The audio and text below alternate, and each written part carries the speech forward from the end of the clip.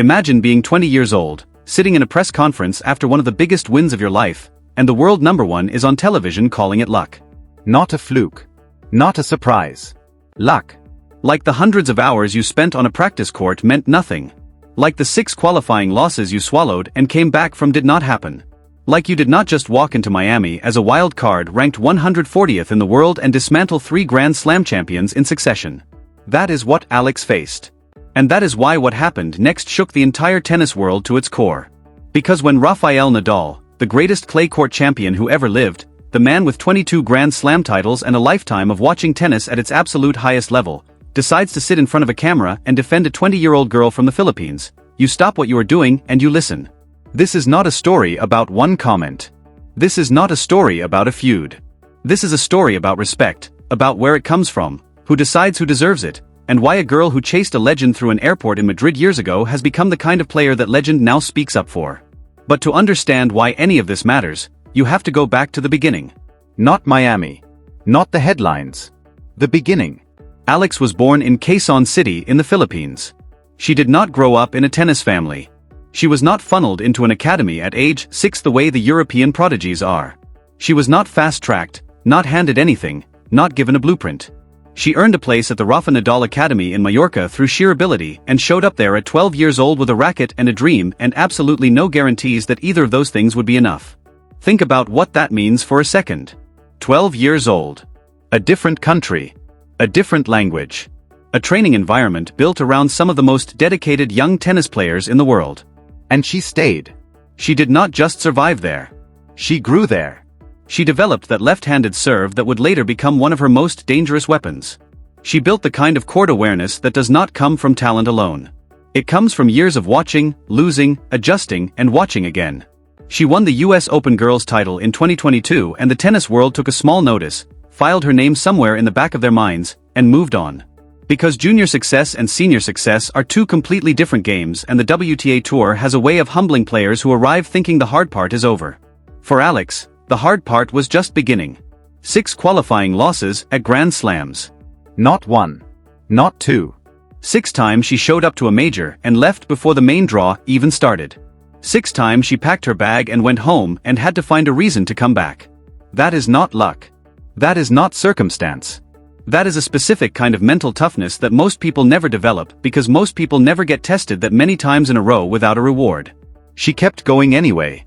And then came Miami in 2025. Wild card entry. World ranking of 140. No one outside of the Philippines gave her a realistic shot at anything beyond the first round. She was not supposed to be a story. She was supposed to be a footnote. She had other plans. Her first big scalp was Aryna Sabalenka, a former Roland Garros champion, a player with a serve that genuinely frightens people. Gone. Then Madison Keys, the reigning Australian Open champion, a player in the form of her life. Also gone. And then in a match that stopped conversations in living rooms and sports bars across the world, she walked out against Aryna Sabalenka, the world number 2 at the time, one of the most physically dominant players on the WTA Tour, and she won. 6-2, 7-5. Clean. Controlled. She did not survive that match. She ran it. After it was over, Alex stood in front of the Miami crowd for her on-court interview, eyes wide, voice barely holding together, and she said she was in disbelief. That she felt so blessed just to be competing on that stage against a player of that caliber. The crowd lost it. The Filipino diaspora, scattered across stadiums and living rooms and phone screens from Manila to Miami to Madrid, lost it even louder.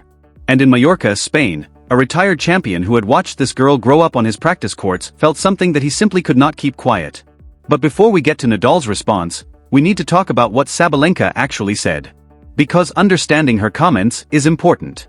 Not to make her the villain of this story, because she is not a villain. She is one of the greatest competitors women's tennis has ever produced. But what she said, and the way she said it, landed with a weight she probably did not anticipate. It happened during a live television panel, a post-tournament round table where former and current players were asked to weigh in on the biggest storylines for Miami. When Alex's name came up, Sabalenka did not exactly celebrate what had just happened. She suggested the run felt more like a product of the draw and circumstance than genuine elite-level tennis. That beating Sabalenka on a particular off day should not be treated as definitive proof of anything. That the tour would adjust once they had proper footage on Alex. That promising and dominant were 2 very different things. Now, Was it a calculated attack? Probably not. Was it dismissive? Without question. Because in that same conversation, when Sabalenka was asked about her own Miami title, won in dominant, convincing fashion, she spoke about it the way champions do. She talked about hard work. About pressure. About deserving what she earned. And that contrast is exactly what caught fire online. When it was her turn to be recognized, the word was champion. When it was Alex's turn, the word was lucky. The internet did not let that slide. Clips spread within hours. Sam Querrey had already gone on record saying Alex was the biggest draw in women's tennis right now, bigger than Sabalenka, bigger than Goff. Steve Johnson had compared her effect to what Alcaraz did for the men's game. And here was the world #1 on live television suggesting the whole thing was basically a happy accident. The Filipino community, one of the largest and most passionate sporting fan bases in the world, mobilized immediately. Hashtags trended simultaneously in the Philippines, the United States, and Spain. Former pros posted detailed breakdowns of exactly why the Miami run was the furthest thing from lucky, pointing to her return statistics, her breakpoint conversion rate, the fact that she played a semifinal against Pegula with a strapped thigh and a mid-match ankle turn and still took her to 3 sets. And then Nadal spoke. Here is why that moment hit differently from everything else. In 22 Grand Slam titles worth of career, Rafael Nadal almost never played public drama. He did not do press conference warfare. He did not subtweet. His weapon was his racket and his character was built entirely on actions, not words. So when he reshared Alex's on-court interview after her semi-final loss against Pegula, the one where she stood there with tears in her eyes, voice cracking, telling the crowd she had given absolutely everything she had, he did not add a caption. He did not need one. The message wrote itself. But the moment that broke through every barrier and hit 10 million views in under 48 hours came during a live Spanish sports broadcast where Nadal was appearing as a guest commentator. The host brought up Alex's Miami run. Nadal spoke about her with the kind of pride you only hear from someone who watched the journey from the very start. He talked about the message he had sent her after Miami, the first personal message he had ever sent her directly, and how she only saw it days later because her phone was so buried under notifications that even his message got lost in the flood. And then, unprompted, the host brought up the luck narrative. Sabalenka's television comments. The suggestion that the draw and circumstances had carried Alex further than her actual level justified. Nadal paused. He looked directly into the camera. And with the kind of calm that only comes from a man who has stood on the biggest courts in the world under the heaviest pressure imaginable, he said that nobody who beats a world #2 as a wild card ranked 140th in the world is lucky. That what Alex showed was preparation, courage, talent. And that when people suggest otherwise, they are simply not being fair to a young woman who has worked her entire life for that moment. He did not say Sabalenka's name. He did not have to. Every person in that studio knew. Every viewer at home knew. Every journalist who shared the clip within minutes knew. And the response was instant and enormous. Now here is where the story gets genuinely interesting. Because Alex herself never entered the argument. Not once. She did not respond on social media. She did not bring it up in a press conference. She did not play the drama even slightly. She just went and played tennis. She went to Eastbourne and reached a WTA final as a qualifier. She went to the US Open and became the first player from the Philippines to win a Grand Slam main draw singles match, coming back from a set and a breakdown against Clara Tauson to force a tiebreak and win it 13-11. Not lucky. Not circumstantial. Ice cold, technically brilliant, emotionally resilient tennis from a 20-year-old who was still finding out just how good she could be. After her Eastbourne final loss against Marta Kostyuk, a brutal defeat that came after she had held match points, she broke down in tears during her on-court interview. Nadal reshared that video too. Because that image, a young woman crying not from weakness but from how ferociously she cared, from how completely she had poured herself into the match, said more than any argument ever could. She walked into 2026 ranked 31st in the world. No longer a wild card. No longer a question mark. A seeded player at WTA 1000 events for the first time. In Dubai she beat Jasmine Paolini, reached the quarterfinals, and drew standing room only crowds at every single session she played. After losing to Coco Gauff 6-0, 6-2, a heavy and honest defeat, she sat in front of the press and said something that most 20-year-olds would not have the self-awareness or the courage to say out loud. She said there is definitely still a gap between her level and the level of players like Coco, and she is not pretending otherwise. She is doing the work to close it. No excuses. No spin. Just clarity. That is not a player who got lucky in Miami and has been scrambling to keep up ever since.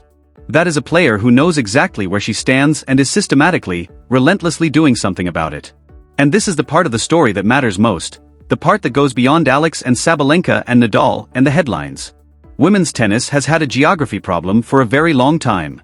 The players who dominate the narrative, who land the endorsements and the prime time slots and the magazine covers, have historically come from a relatively narrow corridor of European and North American tennis culture. When a player from that corridor makes a run at a major, the word used is talent. When a player from Southeast Asia does it from a wild card position, beating 3 Grand Slam champions along the way, somehow the conversation shifts. It gets qualified. It gets contextualized. And occasionally, it gets reduced to a single dismissive word. Nadal understood what was underneath all of this, even if he never spelled it out explicitly. He had watched Alex train since she was 12. He had watched her lose. He had watched her doubt herself. He had watched her stay anyway. And when he sent her that private message after Miami, the first time he had ever personally reached out to her, it was because he understood what that run meant. Not just for her career. Not just for the Philippines. But for what tennis is supposed to be. The sport had been quietly waiting for something like Alex. For that electricity, for those standing room only crowds in Dubai and Miami and Melbourne, for an entire nation collectively holding its breath every time she steps on a court. Former pro Steve Johnson said it plainly. The crowd she is drawing all over the world right now is insane. Sam Querrey agreed. John Isner had already pointed out that the Philippines finally had a star on the women's side of the game and that huge markets across the world just need players to emerge and make themselves known. Alex has done exactly that. The girl who once ran after Nadal through an airport in Madrid, starstruck, chasing a legend, has become the kind of player that legend defends on live television in front of millions of people. That arc is not luck. That arc is not circumstance. That is one of the most earned transformations in recent tennis history. Sabalenka, to her credit, eventually addressed the controversy. Briefly, carefully, acknowledging that her words had perhaps landed harder than she intended. She did not issue a formal apology. Whether that was enough is a question that will get different answers depending on who you ask. But Nadal's response had already shaped the dominant narrative, and Alex's results had reinforced it, match after match, tournament after tournament, ranked position after ranked position climbing upward. So here is the question worth sitting with. Was what Sabalenka said simply honest competitive analysis from a fierce champion who sees the game at the highest possible level? Or was there something else in that word, something more uncomfortable, something that reflected a blind spot in how women's tennis decides who has truly earned their place at the table? And what does it say about the conversation that it took Rafael Nadal speaking up on live television for the world to genuinely stop and listen? Alex did not need Nadal to validate what she did in Miami. Her tennis already did that. But in a sport where respect is not always distributed evenly, where a 20-year-old from the Philippines still has to prove herself twice over just to be taken seriously, it mattered. It mattered that the man with 22 Grand Slam titles and a reputation built entirely on dignity and hard work looked into that camera and said, simply and without flinching, that this is not luck. That this is real. Sabalenka is still the world number one. She is still one of the most formidable players alive. But on that particular day, the story belonged to Alex and to the man who believed in her before the rest of the world caught up. And if the past year is any indication, the world is going to be hearing a lot more from both of them.